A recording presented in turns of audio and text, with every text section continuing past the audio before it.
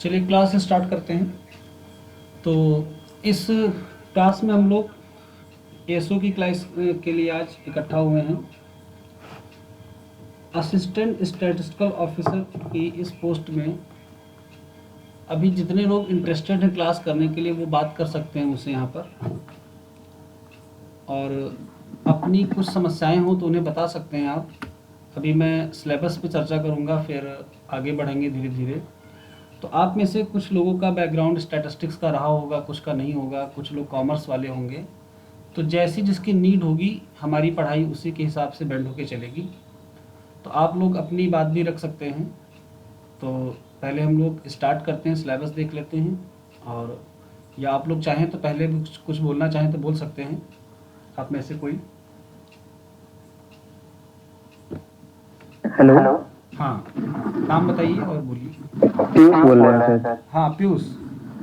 जी sir, कह रहे थे कि ये हमारा जो मतलब स्टैट वाला जो टॉपिक है हाँ, उसको अलग से ही पढ़ाएंगे, मतलब कि वो दोनों जो कॉमन पोर्शन है साथ लेके चलेंगे, हाँ, जैसे और लोग भी साथ में रहेंगे तो। आपके सिलेबस में स्टैटिस्टिक्स के ये दो टॉपिक हैं जो आपको स्क्रीन पे दिख रहे होंगे।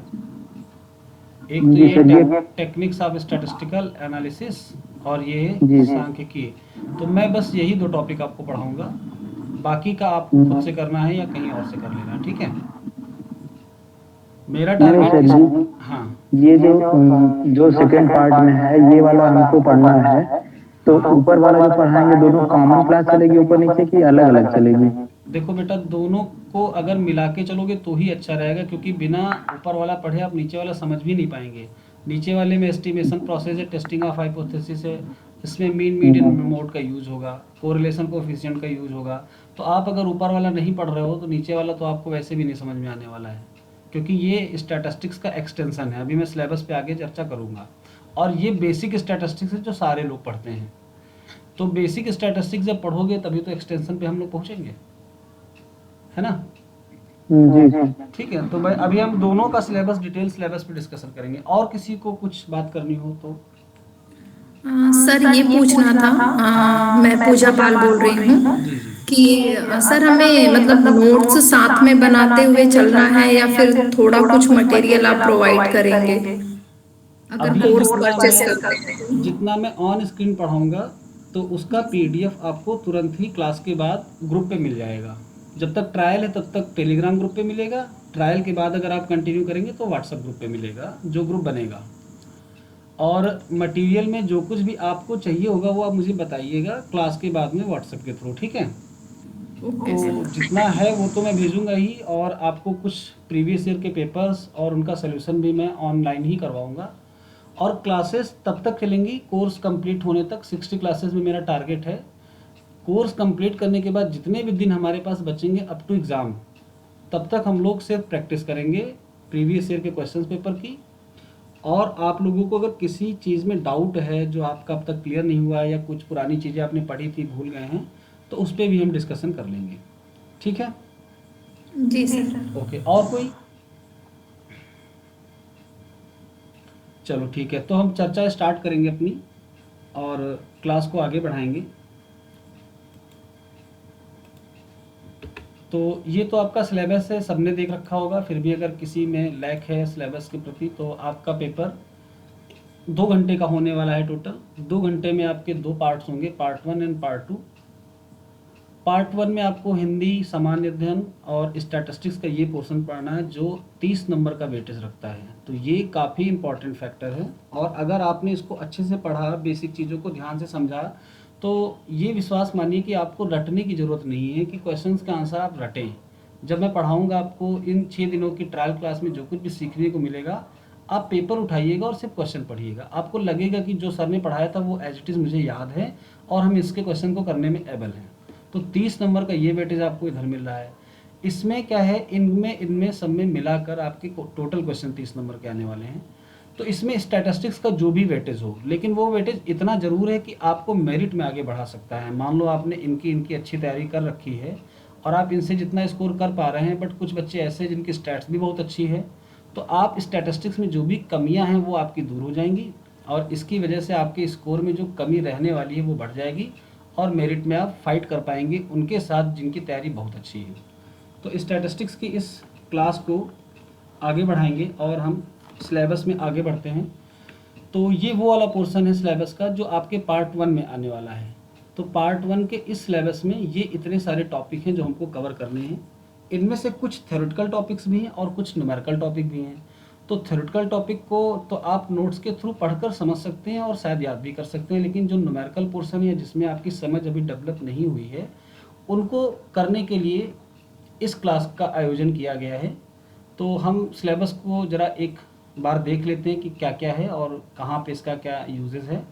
तो सबसे पहले तो स्टैटिस्टिक्स के बारे में हमको जानना है कि स्टैटिस्टिक्स है क्या, स्टैटिस्टिक्स का यूज़ क्या है, हम इसको कैसे कहाँ पर यूज़ करते हैं, इसकी डेफिनेशन क्या है।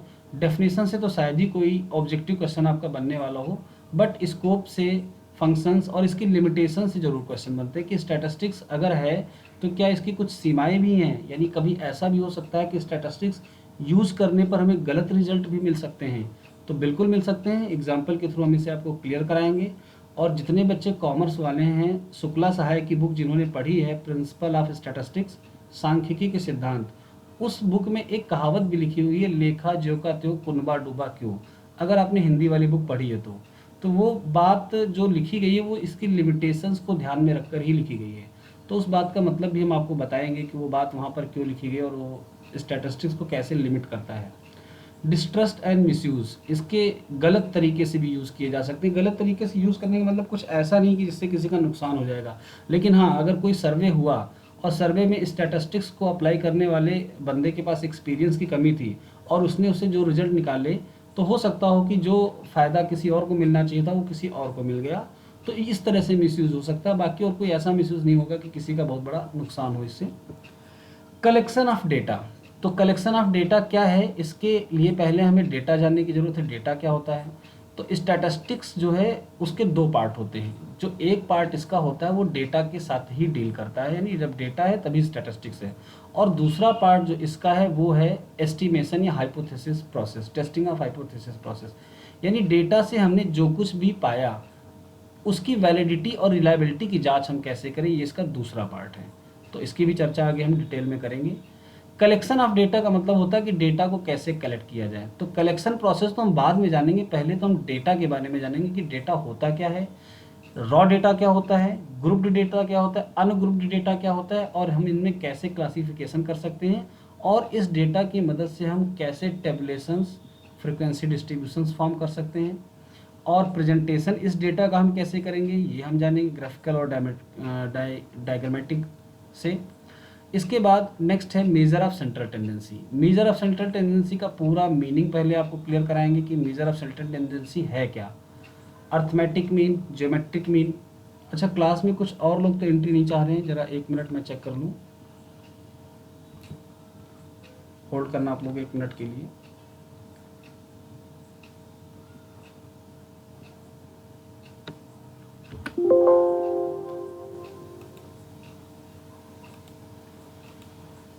चलिए ठीक है, ओके, चलिए वापस से आते हैं। Central tendency, measure of central tendency है क्या, सेंट्रल की टेंडेंसी को कैसे मेजर करता है और कौन कौन से ऐसे फैक्टर्स हैं जो सेंट्रल की टेंडेंसी को मेजर कर सकते हैं। फिर क्या सेंट्रल टेंडेंसी का मेजरमेंट ही हमारे लिए पर्याप्त है, इसके अलावा हमें कुछ और मेजर करने की जरूरत नहीं है। Answer is no. Central tendency के साथ साथ हमें मेजर ऑफ डिस्पर्सन्स की भी आवश्यकता पड़ती है। मेजर ऑफ डिस्पर्सन्स क्या होता है, ये सेंट्रल टेंडेंसी के ऊपर कैसे है, बिना इसके सेंट्रल टेंडेंसी अधूरा क्यों है, ये सब हम जानेंगे। इंडेक्स नंबर आपका अप्लाइड सेक्शन है। इंडेक्स नंबर के बारे में आप लोगों ने सुना होगा, जैसे कि बीएससी सेंसेक्स का आप लोग नाम सुनते होंगे, और एक कंज्यूमर प्राइस इंडेक्स नंबर सुनते होंगे, सीपीआई। एक बार आप लोगों को याद होगा संसद में चर्चा छिड़ी थी इस बात पे, एक इंडेक्स कैलकुलेट होकर आया था कि एक आम आदमी 33 रुपये में एक दिन में अपना पूरे दिन का खर्चा कर सकता है खाने पीने का।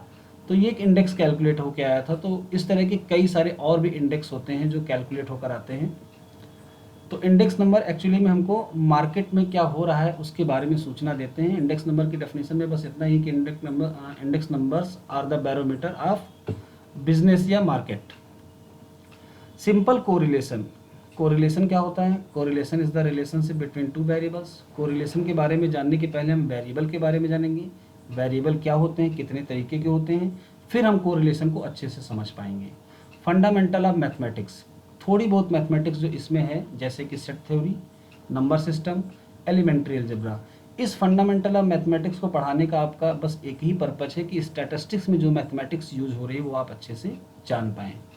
कोऑर्डिनेट ज्योमेट्री में आप स्ट्रेट लाइन, जैसे कि हमने जब कोरिलेशन पढ़ा तो कोरिलेशन में अगर ये बात आई कि एक रिलेशनशिप लीनियर है, तो लीनियर रिलेशनशिप को समझने के लिए आपको स्ट्रेट लाइन का समझना जरूरी है। स्ट्रेट लाइन ही अगर आप नहीं जानते हैं तो आप लीनियर रिलेशनशिप और कर्वी लीनियर रिलेशनशिप में डिफरेंस ही नहीं क्रिएट कर पाएंगे।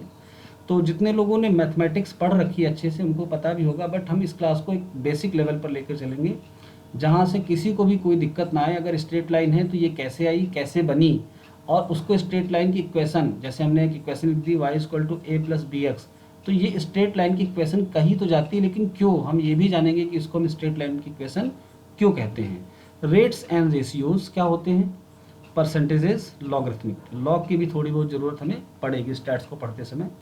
परम्यूटेशन कॉम्बिनेशन क्या होता है, एलिमेंट्री प्रोबेबिलिटी थ्योरी। तो प्रोबेबिलिटी थ्योरी को पढ़ने की शुरुआत करने के पहले ही हमें परम्यूटेशन और कॉम्बिनेशन सीख लेना है। परम्यूटेशन और कॉम्बिनेशन आप इस तरह से समझ सकते हैं, सपोज दैट हमारे पास 16 क्रिकेट के प्लेयर हैं, इनसे हमें 11 की टीम बनानी है। अब आपसे कोई ये पूछे कि 11 की टीम हम कितने तरीकों से बना सकते हैं, मतलब इन 16 में से हम किसको लें किसको ना लें, ऐसे कितने पॉसिबल वेज हो सकते हैं कि हम इनमें से 11 लोगों की टीम बनाएं, that is known as permutation. और कॉम्बिनेशन परम्यूटेशन में थोड़ा सा डिफरेंस होता है, इसकी चर्चा जब हम इसको पढ़ाएंगे डिटेल में तब करेंगे। इसी में आपकी एडिटिव एंड मल्टीप्लिकेटिव थ्योरम्स भी हैं जो प्रोबेबिलिटी के साथ डील करती हैं। एडिटिव और मल्टीप्लिकेटिव थ्योरम का बेसिक डिफरेंस ये है कि हमारी प्रोबेबिलिटी के इवेंट्स कब म्यूचुअली एक्सक्लूसिव हैं और कब म्यूचुअली इंडिपेंडेंट हैं। जब एक्सक्लूसिव होते हैं तो यूनियन की प्रोबेबिलिटी को हम लोग प्लस में ब्रेक करते हैं, और जब इंडिपेंडेंट होते हैं तो इंटरसेक्शन की प्रोबेबिलिटी को मल्टीप्लिकेशन में ब्रेक करते हैं, that's are known as additive and multiplicative theorem.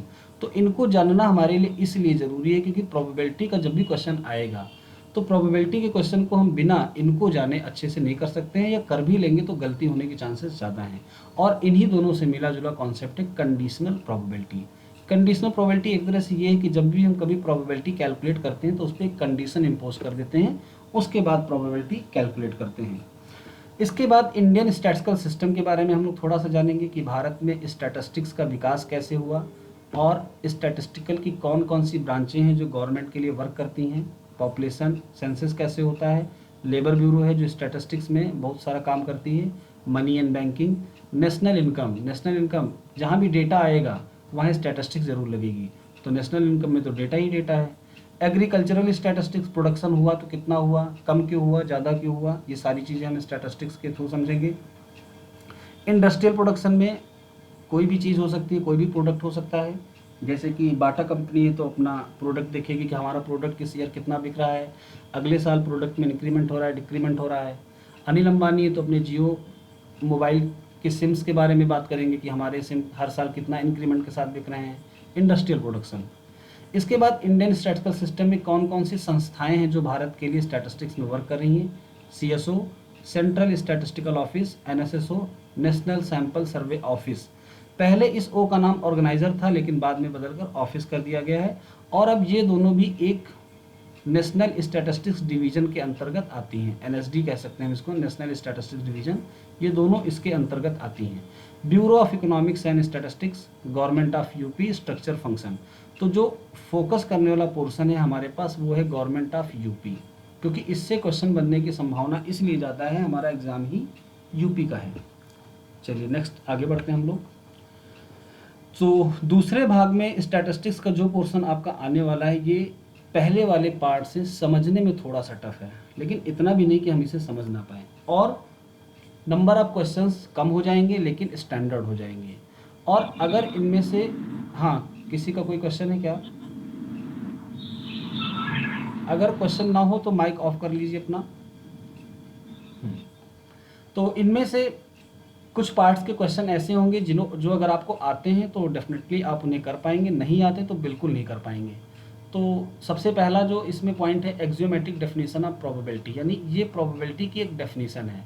Axiomatic definition probability की अब तक बताई हुई सबसे अच्छी डेफिनेशन है। इसके अलावा 2 और हैं, क्लासिकल और मैथमेटिकल, जिनके बारे में हम चर्चा करेंगे। फिर एक्सियोमेटिक आपको बताएंगे कि एक्सियोमेटिक डेफिनेशन क्या होती है। सिग्मा फील्ड प्रोबेबिलिटी से जुड़ा हुआ एक कॉन्सेप्ट है, जिसमें इंटरसेक्शन और यूनियन दोनों ऑपरेशन लगा सकते हैं, उनको हम सिग्मा फील्ड कहते हैं।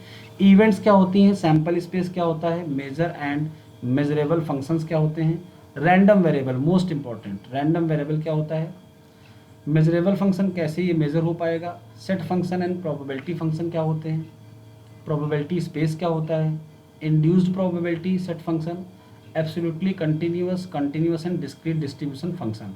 अब कंटिन्यूअस और डिस्क्रीट डिस्ट्रीब्यूशन फंक्शन में आपको कुछ पढ़ने जो यहाँ पर आपको दिए हुए हैं 5वें पॉइंट में, बाइनोमियल है, पॉइसन है, नॉर्मल है, बीटा गामा का स्क्वायर, टी एंड एफ, इतने प्रोबेबिलिटी फंक्शंस आपको देखने हैं।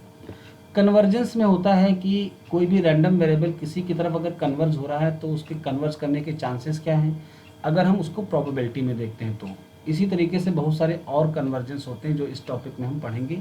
Week law of large number क्या है, strong law of large number क्या है, सेंट्रल लिमिट थ्योरम क्या है, hypothesis, most important topic. Statistics के जो 2 पार्ट्स बताए थे, जिसमें पहला पार्ट था डिस्क्रिप्टिव स्टैटिस्टिक्स का, जिसमें हम मीन मीडियन मोड और बेसिक चीज़ें पढ़ते हैं। दूसरे पार्ट में हम एस्टिमेशन और हाइपोथेसिस करते हैं। तो एक्चुअली में इनको एस्टिमेशन पहले लिखना चाहिए था, हाइपोथेसिस बाद में लिखना चाहिए था। एस्टिमेशन और हाइपोथेसिस एक दूसरे से जुड़े हुए हैं। एस्टिमेशन का मतलब होता है कि सपोज दैट इंडिया में हम एक सर्वे कर रहे हैं कि पूरे भारतवर्ष में अपंग लोगों की संख्या कितनी है, कितने हैं ऐसे जो फिजिकल हैंडीकैप्ड हैं। तो फिजिकल हैंडीकैप में हम अगर पूरे भारत में सर्वे स्टार्ट करेंगे तो उसको कई सेक्शंस में डिवाइड कर लेंगे और हर सेक्शन से हम सैंपल लेंगे, छोटे छोटे सैंपल लेंगे। इन सैंपल की स्टडी करने के बाद हम पूरी पॉपुलेशन के बारे में एस्टिमेशन करेंगे कि पूरे भारत में कितने फिजिकल हैंडीकैप हैं। और जब हम इस तरह से सैम्पलिंग करके पूरी पॉपुलेशन के बारे में कुछ भी अनुमान लगाते हैं, इसी प्रक्रिया को हम कहते हैं estimation. Estimation is the process in which we draw a sample from the population and on the behalf of the sample we conclude inferences about the population. तो इस एस्टिमेशन प्रोसेस में जब भी हम सैंपल की मदद से पॉपुलेशन के बारे में इन्फ्रेंस ड्रॉ करेंगे तो सैंपल की कुछ वैल्यूज़ का यूज़ करेंगे और पॉपुलेशन की कुछ वैल्यूज़ को हम कैलकुलेट करेंगे। तो कैलकुलेट की हुई वैल्यू को हम हाइपोथेसिस में टेस्ट करते हैं कि क्या वो वैल्यू सही है या गलत है। तो टेस्टिंग ऑफ हाइपोथेसिस के यूट्यूब लेक्चर भी आपको 1 या 2 में प्रोवाइड करा दूंगा, कल से परसों तक या फिर ट्यूसडे तक आपको हाइपोथेसिस के 2 लेक्चर में यूट्यूब पे डाल दूंगा। यूट्यूब चैनल सब लोग ज्वाइन कर लो, मैंने ग्रुप पे लिंक भेजा है, आप देखना समझना, और उसके बाद इस क्लास में तो हम इसका डिस्कशन करेंगे ही करेंगे। एस्टिमेशन में कुछ विशेष प्रकार के एस्टिमेटर्स होते हैं, जैसे कि ये uniformly minimum variance unbiased estimator, best linear unbiased estimator. Consistency estimator की क्या होती है, कुछ प्रॉपर्टीज़ होती हैं एस्टिमेटर्स की, जिनके बारे में हम चर्चा करेंगे। और 2 मोस्ट इंपॉर्टेंट थ्योरम से जहाँ से क्वेश्चन बनते हैं। पढ़ने के लिए अगर हम 1 से 5 तक आपको पूरा पढ़ाएं और ना पढ़ाने के मामले में अगर हम आपको सिर्फ 2 या 3 चीज़ें पढ़ा दें, जैसे कि हम आपको एमएलई पढ़ा दें, राव ब्लैकवेल पढ़ा दें, लेहमैन सफ़े पढ़ा दें, या थ्योरम क्रैमर इनइक्वालिटी पढ़ा दें, इन्हीं से कहो आपके 3, 4 या 5 क्वेश्चंस तक मिल जाएं। मतलब सेलेक्टेड पोर्शन पढ़ोगे तो हो सकता हो कि आपके जो क्वेश्चन है आप उनको आसानी से कर पाओ, लेकिन एक ओवरव्यू लेकर चलेंगे, पूरा ही पढ़ेंगे जितना हम लोग अच्छे से कर पाएंगे। नेक्स्ट है डिस्ट्रीब्यूशन। तो डिस्ट्रीब्यूशन में प्रोबेबिलिटी डिस्ट्रीब्यूशन क्या होते हैं इनके बारे में हम जानेंगे, और इनको प्रोबेबिलिटी डिस्ट्रीब्यूशन क्यों कहा जाता है। एक्चुअली में प्रोबेबिलिटी डिस्ट्रीब्यूशन रैंडम वेरिएबल की डिफरेंट वैल्यूज़ पे प्रोबेबिलिटी को डिस्ट्रीब्यूट करते हैं, कैसे वो सब हम लोग देखेंगे प्रोबेबिलिटी की क्लासिकल डेफिनेशन में। तो ये तो आपका पूरा ओवरऑल सिलेबस है। तो इस सिलेबस को मैंने 60 दिन का प्लान बनाया है आपके हिसाब से, जो आपका पेपर बेस्ड, देखिए जो पढ़ाने का तरीका है वो मैं पेपर बेस्ड इसलिए रखूँगा, कम समय में हम लोग सिलेबस बेस्ड होकर नहीं चल सकते हैं। सिलेबस हम ध्यान में जरूर रखेंगे, लेकिन पेपर बेस्ड होकर चलने का मतलब है कि आप जो पढ़ो उसका क्वेश्चन भी आपको तुरंत पेपर में मिले और आप उसको लगाकर प्रैक्टिस करो अलग अलग पेपरों में, ताकि कॉन्फिडेंस डेवलप हो कि हाँ हम ये क्वेश्चन कर सकते हैं।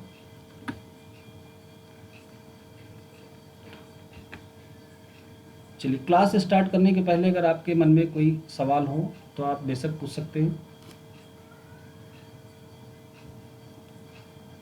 पिछली चीज़ों को लेकर अगर किसी के मन में कोई क्वेश्चन हो तो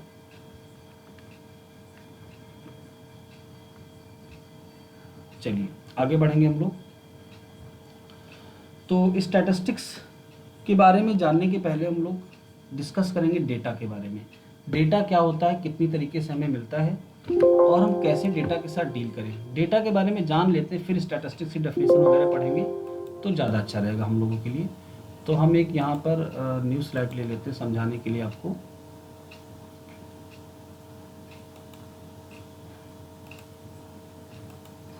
चलिए देखिए, डेटा जो होता है वो हर जगह हमारे पास अवेलेबल है। हम कोई भी काम कर रहे हैं हमको डेटा जरूर मिलेगा। अच्छा, डेटा सिंगुलर वर्ड है या प्लूरल वर्ड है, आप में से कोई बताना चाहेगा? चलिए, डेटा एक प्लूरल वर्ड है। इसका मतलब होता है बहुत सारा। अगर हम इसके सिंगुलर वर्ड की बात करें तो इसका सिंगुलर वर्ड होता है डेटम। डेटम का मतलब, जैसे हमने कहा कि आपके हाई स्कूल के मैथमेटिक्स में कितने नंबर आए, आपने बोला 59, this is known as datum. लेकिन अगर हम कहें कि आपके हिंदी, इंग्लिश और बाकी सब्जेक्ट्स में कितने नंबर आए, तो अब ये हमारा बन गया एक डेटा। तो जब बहुत सारे होते हैं तो हम उसे डेटा कहते हैं, ये प्लूरल वर्ड है। और अगर सिंगल डेटा है, एक ही वैल्यू है, तो हम उसको डेटम कहते हैं। तो अब डेटा के बारे में बात करते हैं कि डेटा हमको मिलता कहाँ कहाँ से है। हर आदमी के पास अपना एक डेटा है। जैसे कि आप बाज़ार गए कोई सामान खरीदने के लिए, तो आपके पास एक डेटा ये आया कि हमारे घर का जो दैनिक सामान बाज़ार से आ रहा है, उसमें हमको जो दालें खरीदी थी उसका रेट हमको क्या लगाया गया, मान लेते हैं 195 रुपीज़ पर केजी। हमने जो चीनी खरीदी उसका रेट हमको क्या लगाया गया, 38 रुपीज़ पर केजी। तो आपने डेटा स्टोर किया। इस तरह से और भी बहुत सारा आपको डेटा मिला। फिर जब आप नेक्स्ट टाइम काफ़ी समय के बाद गए तो आपने पुराने डेटा से मैच करते हुए देखा कि रेट में इंक्रीमेंट हुआ या डिक्रीमेंट हुआ। तो एक तरह से आपके पास ये डेटा आया। अब इस डेटा का यूज़ क्या है? ये जो डेटा है, हमने एक तरह से एग्जाम्पल में दैनिक वस्तुओं को लिया है। तो इस डेटा से हम किसी परिवार के एक्सपेंडिचर के बारे में स्टडी कर सकते हैं। अच्छा, जब हम परिवार के एक्सपेंडिचर के बारे में स्टडी करेंगे तभी तो हमें पता चलेगा कि उस परिवार में एक व्यक्ति पर खाने पीने पर कितना खर्चा आ रहा है। और जब हमें ये पता चलेगा तो हम पता कर सकते हैं कि कंज्यूमर प्राइस इंडेक्स नंबर क्या है। कंज्यूमर प्राइस इंडेक्स नंबर को हम कॉस्ट, एक नाम और होता है cost of living index number, वो अलग है कंज्यूमर प्राइस इंडेक्स और ये अलग है। हम बात कर रहे थे cost of living. Cost of living price index number क्या है? इसको अगर हिंदी में कहें तो एक सामान्य व्यक्ति के जीवन यापन करने के लिए उसको टोटल कितना खर्चा चाहिए। तो इसको निकालने के लिए हमें पहले एक्सपेंडिचर निकालना पड़ेगा, फिर हम उस पर प्रति व्यक्ति आय निकालेंगे, प्रति व्यक्ति एक्सपेंडिचर निकालेंगे कि एक व्यक्ति पे खाने पीने पर कितना खर्चा आया, तब जाके हमारा निकलेगा cost of living index number. और ये इंडेक्स नंबर आपको कैलकुलेट करने के लिए क्वेश्चन के फॉर्म में मिलेगा भी एग्जाम में। तो इस एग्जाम्पल में आपने देखा कि आपको डेटा मिला। एक फार्मर है, किसान है, तो किसान को डेटा कहाँ से मिल रहा है? वो हर साल एक फसल बोता है। मान लो उसने मेंथाइल की खेती की। मेंथाइल की खेती करते समय उसने देखा कि उसने 1 बीघे में जितना मेंथाइल अब की बार डाला उससे उसको कितने लीटर तेल मिला, पेपरमेंट ऑयल कितना मिला। तो इस तरह से उसने अगले साल ये डेटा लिया, फिर अगले साल अपने खेत में डेटा लिया। तो वो इस तरह का डेटा लेकर एक एस्टिमेशन की प्रोसेस में आ जाता है कि हम खेती करते समय कौन सी टेक्निक का यूज़ करें, कितना मटेरियल डालें, खाद का, पानी का। इस तरह से उसको एक आइडिया लग जाता है। तो एक्चुअल में वो क्या कर रहा होता है, वो भले ही एक डायरी पे कुछ भी नोट ना कर रहा हो, लेकिन वो अपने माइंड में सारी कैलकुलेशन करके चल रहा है on the behalf of data. बिना डेटा के कुछ नहीं। हम लोग अगर अपने मेन एग्जाम के नंबर को बढ़ाना चाहते हैं तो हम लोग क्या करते हैं, टेस्ट सीरीज देते हैं। तो टेस्ट सीरीज हमको क्या देता है, डेटा ही तो देता है। हर बार टेस्ट सीरीज में हमारे कितने नंबर आए उसको देखकर हम बेस बनाते हैं और फिर अगले एग्जाम की स्टडी तैयार करते हैं कि हमको इस टॉपिक पे ज़्यादा मेहनत करने की ज़रूरत है, ये वाला टॉपिक हमारा अच्छा है, इसमें अच्छे नंबर आ रहे हैं। तो हम भी डेटा का एक्चुअल में यूज़ कर रहे हैं। तो अब जब डेटा का इतना सारा यूज़ है तो सबसे पहले हमको डेटा के प्रेजेंटेशन के बारे में समझना है कि डेटा मिल कैसे रहा है। मैं स्क्रीन क्लियर कर रहा हूँ क्योंकि इसको आपको लिखने की या नोट करने की कोई ज़रूरत नहीं, बस ये बेसिक क्लास है, आपको समझना है। चलिए फिर से आगे देखते हैं डेटा हमको मिल कैसे रहा है और हम उसको कैसे अरेंज कर सकते हैं। तो डेटा मिलने का एक तरीका हमारे पास रॉ डेटा है, यानी हम डेटा को ऐसे अरेंज कर ले जैसा हमको मिला है, और एक है ग्रुपिंग मेथड जिसको हम ग्रुप्ड फॉर्म कहते हैं। तो जब हमें रॉ डेटा मिलता है तो वो कैसा होता है, जैसे हमने कहा कि एक क्लास में जितने बच्चे हैं उनका 20 नंबर का एक टेस्ट लो और उनके सबके नंबर नोट कर लो। सपोज करो क्लास में 10 बच्चे थे, हमने सबके नंबर नोट कर लिए, 15, 12, 20 नंबर का टेस्ट है, सारे बच्चे पढ़ने में अच्छे हैं तो जाहिर सी बात है 10 के ऊपर ही होंगे सब।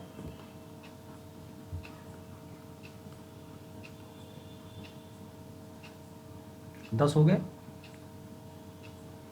चलो 2 और लिख लेते हैं। तो हमने इस तरह से डेटा लिख लिया। अब इस रॉ डेटा को हम एक तरीके से अरेंज कर सकते। हाँ जी बोलिए। हाँ कोई कुछ बोल रहा है क्या? बेटा माइक ऑफ कर लो, जो कोई भी है अपना माइक ऑफ करो, जिसकी तरफ से भी आवाज आ रही है।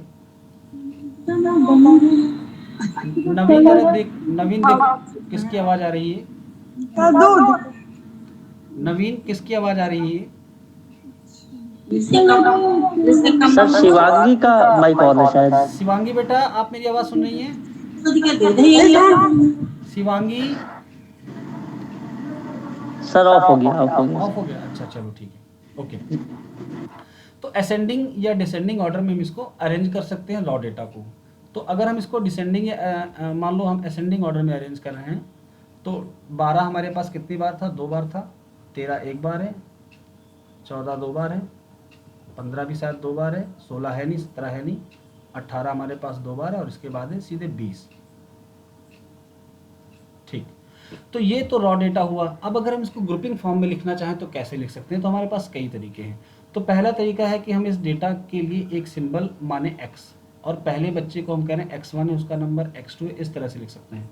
तो x की वैल्यू है 12 और ये टोटल कितनी बार रिपीट हुई है? 2 बार। तो हम ऐसे लिख सकते हैं, इसको कहते हैं ग्रुपिंग मेथड। ग्रुपिंग मेथड, और इसका एक और नाम है फ्रीक्वेंसी डिस्ट्रीब्यूशन। क्यों फ्रीक्वेंसी कह रहे हैं अभी हम इसकी चर्चा करेंगे, पहले हम इसको लिख लेते हैं। 12 2 बार आया, 13 एक बार आया। अगर हम 14 को देखते हैं तो ये 2 बार आया हुआ है, 15 2 टाइम्स, 18 2 टाइम्स एंड 20 1 टाइम्स। तो अब डेटा को लिखा हमने जब, तो डेटा हमारा थोड़ा सा छोटा हो गया, और कोई भी इस डेटा को देखकर आसानी से अंदाज़ा लगाया जा सकता है कि कौन सा नंबर कितनी बार आया है, कौन ज़्यादा बार आया, कौन कम बार आया है। चूँकि हमने इसको खुद से सपोज करके बनाया है तो इसमें बहुत सारा आपको वेरिएशन नहीं दिख रहा है डेटा वाला, नहीं तो 3 4 5 सब कुछ दिखता है फ्रिक्वेंसी में। और आप उसको देखकर ये भी बता सकते हैं कि कौन सी वैल्यू सबसे ज़्यादा बार फ्रिक्वेंट हुई है, सबसे ज़्यादा बार आई है, यानी ऐसा कौन सा स्कोर था जिसको सबसे ज़्यादा बच्चों ने अटेंड किया। इसके एग्जाम्पल अभी हम आपको बताएंगे, उसको मोड कहते हैं जो ज़्यादा बार आता है, और उसका एग्जाम्पल अभी चर्चा करेंगे उस पर हम, ठीक है। पहले इसको समझते हैं। तो यहाँ पर x को हम एक नाम दे सकते हैं, वैल्यू कह सकते हैं, सपोज दैट वैल्यू है ये। अभी आगे चलकर हम इसको रैंडम वेरिएबल कहेंगे, लेकिन कब? जब हम इसको पढ़ाएंगे आपको तब। तो अभी के लिए हम इसको एक वैल्यू मान लेते हैं। तो वैल्यू 12 है 2 बच्चों की, 13 है 1 बच्चों की, इस तरह से। तो इसका नाम क्या? फ्रिक्वेंसी। हिंदी में इसको कहते हैं बारंबारता। बारंबारता मतलब जो बार बार आए। तो बारंबारता अलग अलग वैल्यूज़ पे अलग अलग आई है, यानी कि एक तरह से हमको बारंबारता को डिस्ट्रीब्यूट होने का एक सिस्टम दिया हुआ है। तो हिंदी में इसको कहते हैं बारंबारता बंटन, यानी बारंबारता को कैसे बांटा गया है। अगर हम इंग्लिश में इसका नाम कहें तो क्या कहेंगे? फ्रीक्वेंसी डिस्ट्रीब्यूशन, यानी how we can distribute the frequency at the various values of X. X की विभिन्न वैल्यूओं पर हम कैसे अपनी फ्रीक्वेंसी को डिस्ट्रीब्यूट कर सकते हैं। तो डेटा को ग्रुपिंग करने का एक ये मेथड था। चलो 10 बच्चे थे, रॉ डेटा भी हमने देख लिया, और हमने ग्रुपिंग करके इसका फ्रीक्वेंसी डिस्ट्रीब्यूशन वाला भी मेथड देख लिया। अब सपोज कर लो बच्चे हैं 1000, तो रॉ तो वैसे भी हम कभी नहीं देखते, रॉ डेटा तो बस खाली आपको समझाने के लिए मैंने लिखा। 1000 बच्चों का हम फ्रीक्वेंसी डिस्ट्रीब्यूशन लिख सकते हैं। सपोज कर लो इन 1000 बच्चों का टेस्ट हुआ 100 नंबर का। अब हमको अब की बार फ्रीक्वेंसी के फॉर्म में लिखना है कि किसके कितने नंबर आए। तो कुछ भी हो, जो हमारी टेबल बनने वाली है वो थोड़ा सा बड़ी तो बनेगी बढ़ेगी, क्योंकि 1 से लेकर 100 तक में बहुत सारे ऐसे नंबर होंगे जो बच्चे लाए होंगे, तो हमको सबके बारे में लिखना पड़ेगा। अगर एक भी बच्चा किसी नंबर को लाया है तो हमको सबके बारे में लिखना पड़ेगा। तो इस तरह से अगर फ्रीक्वेंसी डिस्ट्रीब्यूशन के फॉर्म में हम इसको अरेंज करेंगे तो टाइम भी ज़्यादा लगेगा और हमारे पास जगह भी ज़्यादा होनी चाहिए, और उसको देखकर हम आइडिया भी जल्दी से नहीं लगा पाते हैं। तो इस समस्या से बचने के लिए ग्रुपिंग मेथड का एक और तरीका अपनाया गया, जिसको हम लोग कहते हैं क्लास इंटरवल फॉर्म। तो क्लास इंटरवल फॉर्म से क्या हुआ, डेटा को हम थोड़ा सा और समराइज कर पाए। इसके आगे और भी फॉर्म हैं डेटा को समराइज करने के, जिनके नाम है stem and leaf, box plot, लेकिन वो आपके सिलेबस में नहीं है तो उसकी चर्चा हम नहीं करेंगे, ठीक है। क्लास इंटरवल फॉर्म क्या होती है जरा देखते हैं। इसमें क्या होता है कि क्लास इंटरवल बना लेते हैं और उसकी फ्रीक्वेंसी को लिखते हैं। जैसे 1 से लेकर 100 तक अगर हम नंबर्स देखते हैं कि किसके कितने हैं तो बहुत सारे हमको मिलते हैं, लेकिन हम इसको 10 क्लासेस में डिवाइड कर लेंगे। हमने कहा 0 से 10 के बीच में कितने बच्चों के नंबर हैं, 10 से 20। इस 0 से 10 में अगर किसी का 10 है तो हम उसे यहाँ लिखेंगे, 10 के नीचे है तो इधर लिखेंगे, ठीक है। कंटिन्यूस क्लास बना लेते हैं, अगर कंटिन्यूस ना बनाना चाहो तो आप ऐसे कर सकते हो, 11 से 20, फिर अगला 21 से 30। कंटिन्यूस और डिस्क्रीट क्या है इसके बारे में जो डिफरेंस है वो हम बाद में आपको क्लियर करेंगे। 41 to 50, 51 to 60, 61 to 70 and 71 to 80। इस तरह से हमने 100 तक पूरा एक बना लिया। अब की बार हमने क्या किया, इन क्लास में जितने बच्चों के नंबर्स थे उनको लिख लिया इस तरफ, और अगर हम इस फ्रीक्वेंसी को जोड़ें तो यहाँ पर 1000 आना चाहिए। क्यों? क्योंकि 1000 बच्चे हम टोटल लेकर चल रहे थे, उन्हीं के नंबर्स को हमने यहाँ पर डिस्ट्रीब्यूट किया है, तो इनमें जितने भी बच्चे आएंगे सबको सम करने पर कितना आएगा, 1000। तो ये डेटा को रिप्रेजेंट करने का ग्रुपिंग मेथड है क्लास इंटरवल फॉर्म। तो डेटा को बस इन्हीं हम 3 तरीकों से रिप्रेजेंट करते हैं, या तो रॉ डेटा, या तो फ्रीक्वेंसी डिस्ट्रीब्यूशन के फॉर्म में, या तो क्लास इंटरवल के फॉर्म में। इसमें भी फ्रीक्वेंसी का यूज होता है। किसी का कोई डाउट हो अगर इसमें तो पूछ सकता है। अभी हम कुछ पढ़ा नहीं रहे आपको, मीन मीडियन मोड हमने अभी कुछ चर्चा नहीं की, अभी केवल डेटा को रिप्रेजेंट करना सिखा रहे हैं। हाँ, कोई कुछ पूछना चाह रहा हो तो पूछ सकता है। चलो ठीक है, तो आपको डेटा की फॉर्म समझ में आ गई। अब डेटा की फॉर्म के साथ साथ हम सबसे पहला जो टॉपिक स्टार्ट करेंगे, बेसिक टॉपिक, वो ये है कि हम जानेंगे मीन मीडियन मोड के बारे में, जिसको हम लोग मेजर ऑफ सेंट्रल टेंडेंसी कह सकते हैं। और सबसे पहले हम इसके बारे में इसलिए भी जानेंगे क्योंकि आगे की जितनी भी चीज़ें हम पढ़ेंगे उनमें हमको इनकी सबसे ज़्यादा आवश्यकता पड़ने वाली है। लेकिन इसके पहले हम लोग थोड़ा सा देख लेते हैं कि स्टैटिस्टिक्स क्या है, उसकी डेफिनेशन क्या, और उसका यूज़ कहाँ कहाँ पर है। चलिए आगे बढ़ते हैं। स्टैटिस्टिक्स व्हाट, तो ये तो एक लिखी लिखाई डेफिनेशन है, आपको इसका मतलब थोड़ा सा मैं समझाता हूँ। Statistics is a branch of applied mathematics. Actual में स्टैटिस्टिक्स पहले अलग सब्जेक्ट ही नहीं था। मैथमेटिक्स में ही आप लोगों ने भी हाई स्कूल में जब मैथ की किताब पढ़ी होगी तो उसी में देखा होगा कि क्रूड बर्थ रेट और क्रूड डेथ रेट को कैलकुलेट करने का फॉर्मूला था। हिंदी मीडियम वालों ने पढ़ा होगा अशोधित मृत्यु दर, या फिर आपने माध्य माध्यिका बहुलक मीन मीडियन मोड देखा होगा। तो स्टैटिस्टिक्स को उसी में मर्ज किया हुआ है। और आज भी 12th लेवल पे स्टैटिस्टिक्स की अलग एग्जिस्टेंस नहीं है। अगर इसका कुछ भी हिस्सा आपको पढ़ाया जाएगा तो मैथ के साथ, जैसे कि 12th वालों ने LPP लीनियर प्रोग्रामिंग प्रॉब्लम पढ़ी होगी, बेस थ्योरम पढ़ी होगी, थोड़ी बहुत प्रोबेबिलिटी एक्चुअल में स्टैटिस्टिक्स का ही पार्ट है, लेकिन मैथ में वो पढ़ाया जाता है। तो statistics is a branch of applied mathematics. ये अप्लाइड मैथमेटिक्स का एक हिस्सा है जो बाद में जब एक्सटेंड हुआ तो अलग करना पड़ा। That involves the collection, description, analysis and inference of the conclusion from quantitative data. यानी जब भी हम कभी कोई डेटा कलेक्ट करेंगे जिसकी फॉर्म क्वांटिटेटिव हो, मतलब उसके नंबर्स के फॉर्म में हमको दिया हो, तो हम उसमें क्या क्या करेंगे, उसको कलेक्ट कैसे करते हैं, डिस्क्रिप्शंस, हम उस डेटा से क्या क्या डिस्क्राइब कर सकते हैं, एनालिसिस हम उसकी कैसे करेंगे, इन्फ्रेंस हम उस डेटा से क्या क्या अनुमान लगा सकते हैं, और निष्कर्ष क्या क्या निकालेंगे, ये सब आता है स्टैटिस्टिक्स के अंतर्गत। The two major areas of statistics are known as descriptive statistics, जिसमें हम केवल डेटा में जो कुछ भी डिस्क्रिप्शंस होता है, जो कुछ भी हम कैलकुलेट करते हैं उसके बारे में बात करते हैं। विच describe the properties of sample की प्रॉपर्टीज के बारे में, एंड पॉपुलेशन डेटा, और पॉपुलेशन का डेटा कैसा है, एंड इन्फ्रेंशियल स्टैटिस्टिक्स, और इसका जो दूसरा पार्ट है उसका नाम है इन्फ्रेंशियल स्टैटिस्टिक्स। इन्फ्रेंशियल में जो इन्फ्रेंस वर्ड है उसका मतलब होता है अनुमान लगाना। इसमें हम क्या करते हैं, सैंपल की स्टडी करके पॉपुलेशन के बारे में अनुमान लगाते हैं, ये इसका दूसरा पार्ट है। Which uses those properties to test hypothesis, और ये जो इन्फ्रेंशियल स्टैटिस्टिक्स है ये क्या करता है, हाइपोथेसिस टेस्टिंग में एक अहम रोल प्ले करता है। हाइपोथेसिस टेस्टिंग के बारे में हम आपको थोड़ा सा बता देते हैं। जैसे सपोज कर लो कि हमने किसी एक एरिया की इनकम की स्टडी की, तो इस एरिया में बहुत सारे लोग रहते थे, यहाँ से हमने एक छोटा सैंपल लिया, और सैंपल की स्टडी करने के बाद हमने बताया कि यहाँ के लोगों का औसत प्रति माह जो इनकम हो रही थी वो है 15,000। अब हम इस बात की जांच करेंगे, that is known as testing of hypothesis. ये सही है या गलत। हाइपोथेसिस को टेस्ट करने के लिए हमारे पास कई सारे तरीके हैं जो आपके सिलेबस में है भी, टी टेस्ट, एफ टेस्ट और काई स्क्वायर टेस्ट, उनके थ्रू हम इसकी टेस्टिंग भी कर सकते हैं। एंड ड्रॉ कंक्लूजन्स, तब हम निष्कर्ष निकालेंगे कि हमारा जो रिजल्ट आया था वो सही है या नहीं। मीनिंग, स्टैटिस्टिक्स एक लैटिन वर्ड स्टेटस से बना है,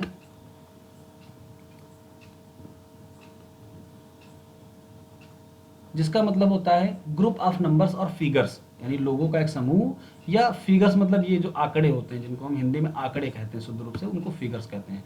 दोस represent some information of our human interest, और जो हमारे इंटरेस्ट के लिए कुछ इंफॉर्मेशन प्रेजेंट करें, that is known as statistic. We find statistics in everyday life, हम स्टैटिस्टिक्स को दैनिक जीवन में देखते हैं। अभी बहुत सारे हमने आपको एग्जांपल बताया कि आप डेली सामान लेने जा रहे हैं बाजार में, दैट इज स्टैटिस्टिक्स। एक किसान अपने हर साल की फसल को देखता है, दैट इज स्टैटिस्टिक्स। और एक देश देखता है कि उसकी सीमा पर हर साल आतंकी हमलों से कितने जवान शहीद होते हैं। एक्सेप्शन है अपने इंडिया में, बट है फिर भी। तो इस तरह से बहुत सारी स्टैटिस्टिक्स हैं हर फील्ड में जो हम गेन करते हैं। सच एज इन बुक्स और अदर इन्फॉर्मेशन, पेपर्स और टीवी। हाँ, ये इन्फॉर्मेशन जो स्टैटिस्टिक्स इन एवरीडे लाइफ है, ये हमको मिलते कहाँ से? किताबों से मिलते हैं, न्यूज़पेपर से, टीवी से। तो हम लोग पढ़ते हैं जब कभी पेपर तो उसमें हमको अक्सर आंकड़े दिए जाते हैं। Use by Kings only for collecting information, यानी स्टैटिस्टिक्स का यूज कैसे हुआ, कौन इसको यूज करना शुरू करता है? तो राजाओं के द्वारा इन्फॉर्मेशन को कलेक्ट करने के लिए। कौन सी इन्फॉर्मेशन? अबाउट स्टेट्स, उसके कितने राज्य हैं, राज्यों में लोग कितने रहते हैं, देयर नंबर्स, रेवेन्यू, टैक्स कितना आया, इन सब की जब उसको ज़रूरत पड़ी तो उसने स्टैटिस्टिक्स का यूज़ किया। नाउअडेज, आजकल के दिनों में, due to its preventing nature, यानी इसका जो एक्सटेंशन है, एक्चुअल में स्टैटिस्टिक्स एक सब्जेक्ट तो है, लेकिन इसको प्योर सब्जेक्ट ना कह के टूल सब्जेक्ट कहा जाता है। टूल सब्जेक्ट इसलिए कि आप दूसरा कोई भी सब्जेक्ट उठा लो, बिना स्टैटिस्टिक्स के वो पूरा नहीं होगा। आप इकोनॉमिक्स उठा लो, इकोनॉमिक्स में एमए में आपको स्टैटिस्टिक्स पढ़नी पड़ेगी। कॉमर्स वाले तो जानते ही हैं, सब लोग देख ही चुके हैं। और मैथमेटिक्स, स्टैटिस्टिक्स लगभग एक जैसे ही हैं। साइकोलॉजी जिन लोगों ने पढ़ी है उन्होंने स्टैटिस्टिक्स पढ़ी है। बॉटनी ले लीजिए आप, बॉटनी में स्टैटिस्टिक्स, पेड़ों के विकास में इसका बहुत स्टैटिस्टिक्स का बहुत यूज है। कैसे डेवलपमेंट हो रहा है, उनका तना कितना मोटा हो रहा है, डेली डेटा कलेक्ट होता है। सोशल साइंस का कोई भी सब्जेक्ट ले लो, सोशोलॉजी ले लो, उसमें भी स्टैटिस्टिक्स यूज होती है। अगर किसी गांव का हमको लिटरेसी रेट चेक करना है सोशल स्टडी में, तो हम उसमें भी स्टैटिस्टिक्स का ही यूज़ करते हैं। तो लगभग सभी सब्जेक्ट्स में हमको स्टैटिस्टिक्स की ज़रूरत पड़ती है, इसीलिए इसको प्योर सब्जेक्ट ना कह के टूल सब्जेक्ट कहा गया है। It's scope has increased and widened, इसका स्कोप बहुत ज़्यादा बढ़ गया और बहुत ही विस्तृत है। It is now used in almost all the fields of human knowledge, आदमियों के समझ में जितनी भी चीज़ें हैं, जितनी भी फील्ड्स हैं, and skills like business, commerce, economics, social sciences, politics, planning, government की प्लानिंग में स्टैटिस्टिक्स का बहुत यूज है।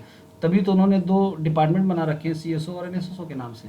मेडिसिन में कैसे यूज़ है? मेडिसिन में कोई भी नई दवा बनती है, उसकी टेस्टिंग होती है, टेस्टिंग होने के बाद मरीज़ का बीपी लिया जाता है, शुगर लिया जाता है, ये सब तो डेटा बनना है वो भी।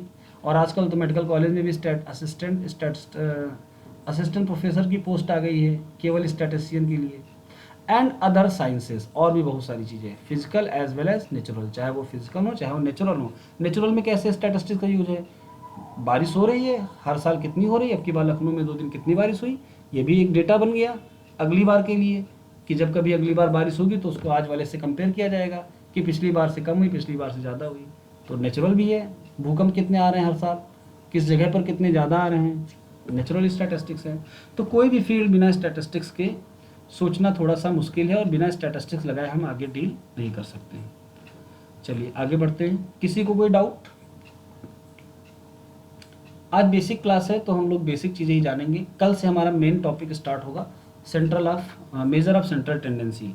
कोर्स के अकॉर्डिंग हम इसलिए नहीं चलेंगे क्योंकि जो चीज़ें आपको पहले जाननी चाहिए वो मैं आपको पहले बताऊंगा, जो चीज़ें आपको बाद में जाननी चाहिए वो बाद में बताऊंगा।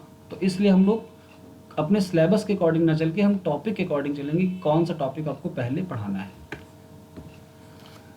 इन्वेस्टिगेशन के कुछ स्टेजेस हैं, इन पे मैं डिटेल में तो नहीं जाऊंगा, बट आप हेडिंग देख सकते हैं। Collection of data, organisation of data, data को कैसे कलेक्ट करते हैं, डेटा के साथ डील कैसे, ऑर्गेनाइज उसको कैसे करते हैं, फिर डेटा से हमको जो आउटपुट मिलता है हम उसको प्रेजेंट कैसे करते हैं, डेटा की एनालिसिस कैसे करते हैं कि हम डेटा से क्या क्या रिजल्ट निकाल सकते हैं, और फिर फाइनल में इंटरप्रिटेशन, फाइनल रिजल्ट कि डेटा से हमको जो मिला उसका अंतिम परिणाम क्या है।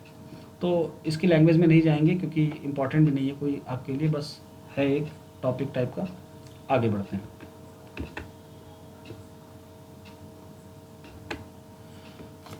तो आज की इस क्लास में मैं यहीं तक रखूँगा। आप लोगों को अगर कोई बात करनी है आगे तो आप बोल सकते हैं, उस पर हम चर्चा करेंगे। कुछ भी पूछना हो किसी को